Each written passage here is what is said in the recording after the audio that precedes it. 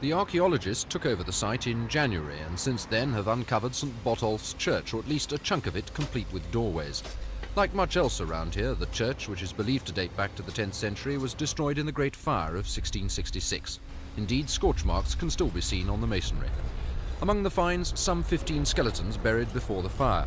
Nobody knows precisely who they were, but their resting place in the south aisle would suggest they were clearly people of importance.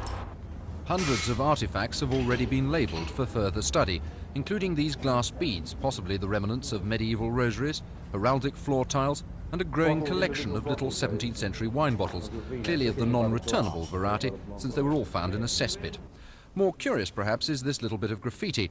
It seems to show 3 men hanging from a gallows, but no one's yet certain of its date, let alone the motive or inspiration of the artist concerned. Before the site is returned to the developers next year, the 35 diggers could uncover something like 150,000 separate finds, from more bones to broken pottery. To cut down on paperwork and thus give more time for the trowel and shovel, each discovery is now being logged on computer for later analysis. St Botolph's church and the neighbouring private houses, though, are just the beginning. It's what should lie underneath all this that's got the experts excited. It's already known, thanks to recent discoveries of a nearby 3rd century wooden quay, that the area was an important trading post in Roman times. But it's what happened to London's mercantile status during the 250-odd years after the Romans' departure in the 5th century that's been puzzling the historians.